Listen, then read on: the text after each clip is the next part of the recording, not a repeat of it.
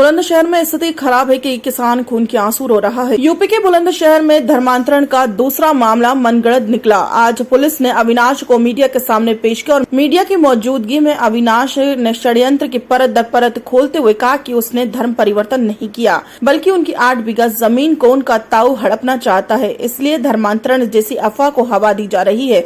कुर्ता पजामा पर अविनाश ने कहा कि वह मुस्लिम बहुमूल्य मोहल्ले में रहता है, इसलिए उनका पहनावा मुस्लिमों जैसा ही है। अविनाश ने कहा कि वह हिंदू धर्म में रहना चाहता है, वह हिंदू ही है।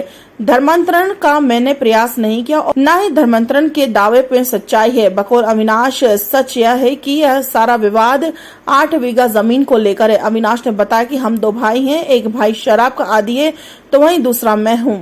अविनाश ने अपने चाचा पर आरोप लगाया कि उसका चाचा उनकी 8 बीघा जमीन हथियाना चाहता है, इसलिए धर्मांतरण की खबर को हवा दी जा रही है। एसएसपी बुलंदशहर संतोष कुमार ने कहा कि जांच की जा रही, धर्मांतरण के पीछे षड्यंत्र था। यहाँ षड्यंत्र के पीछे कौन कौन लोग हैं उनकी जांच की जा रही है। बकौल एसएसपी धर्मांतरण का आरोप पूरी तरह झूठा है। विवाद जमीन को लेकर है। अविनाश जो शिकायत की है उसी के आधार पर उनके चाचा के खिलाफ FIR दर्ज करने का आदेश दिया है। क्या नाम है आपका? अविनाश। अविनाश, क्या मामला था? कल आपके परिवार वालों ने कहा था कि उसने धर्म परिवर्तन कर लिया, तो क्या सत्यता है उसमें? जब ये सब झूठ है, मैंने कोई धर्म परिवर्तन नहीं करा। मैं हिंदू हूँ, हिंदू ही रहूँगा, और ना मैंने पहले धर्म परिवर्तन करा था, ना मैंने अब करा। और जो मैं वाल्मीकि जात है, मैं अपने मतलब हिंदू हूँ, हिंदू ही रहूँगा। कोई मैं धर्म परिवर्तन नहीं कर रहा। जो मेरा ताऊ है वो मुझे मारता पीटता, वो हमका 8 बीघे ज़मीन है तो मार पीट के ज़मीन के चक्कर में भगा देता है वो हमें। अच्छा। बड़ी वाली बहन के साथ उसने मारपीट करी थी, उसने कोर्ट मैरिज करी है रघुपुरा में। और जो मतलब उसका भाई है रमेश, वो अपने भाई की ज़मीन बेच के खा गया, वो अपने भाई की ज़मीन बेच कर खागा। और जो मेरा भाई है वो नशेड़ी है, वो उनों के खिलाफ है। 100-200 रुपये दे रखा है, भाई वो क्या था। आप पे एक सोशल मीडिया पे फोटो वायरल हो रहा है जिसमें आप कुर्ता पजामा पहने दिख रहे हैं, वो कब का फोटो है और क्या सच्चाई है? वो सच्चाई ये है, मैं जो है बचपन से ही कुर्ता पजामा पहनता हुआ आया हूँ।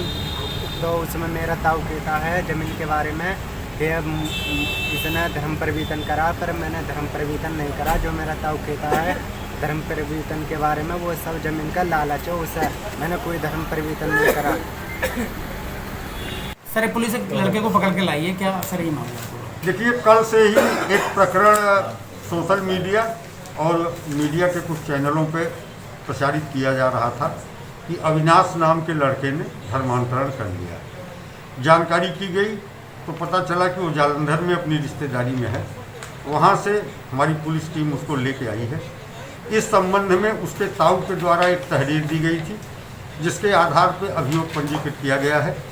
इस लड़के के जब बयान लिए गए, पूछताछ की गई, तो पूरी तरह से संपूर्ण घटना को नकार रहा है।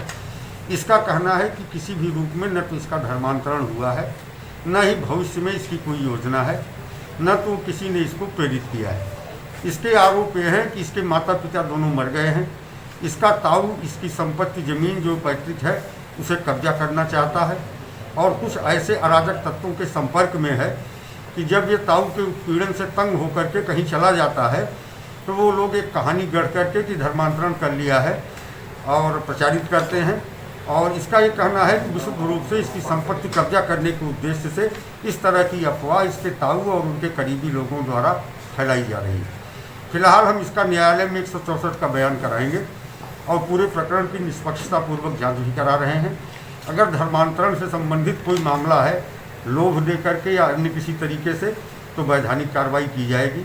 लेकिन फिलहाल अब तक की जो छानबीन है उसके आधार पर प्रकरण किसी भी रूप में धर्मांतरित या धर्मांतरण से संबंधित नहीं पाया। सर, धर्मांतरण से संबंधित जो अफवाह फैला रहे हैं लोग, तो उनके खिलाफ किसी प्रकार की कार्रवाई सुनिश्चित की जा रही है? देखिए, इसका 164 का बयान करा लेने के बाद उसमें जो भी वैधानिक और उचित कार्रवाई है वो सुनिश्चित की जाएगी। सरकार को किसी संगठन के लोग इसको हवा दे रहे हैं?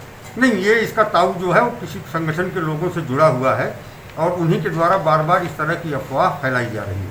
1 माह पहले भी प्रकरण आया था, उस समय भी इस लड़के को लाया गया था, तत्समय भी इस लड़के ने पूरी तरह से डिनाई किया था। और कल फिर जब ये अपने घर से भाग करके रिश्तेदारी में जालंधर चला गया तो पुनः ये अफवाह फैलाई गई। इसकी एक फ़ोटो जिसमें मुस्लिम कल्चर का कुर्ता पाजामा पहने हुए इसे दिखाया गया है। उसके संबंध में पूछने किसने बताया कि चूँकि मुस्लिम मोहल्ले में बचपन से रहता आया है तो उस तरह के कुर्ते बचपन से और पाजामा पहनता रहा। मतलब एक तरह की ये सर षड्यंत्र था। ऐसा प्रथम दृष्टिया प्रतीत हो रहा है।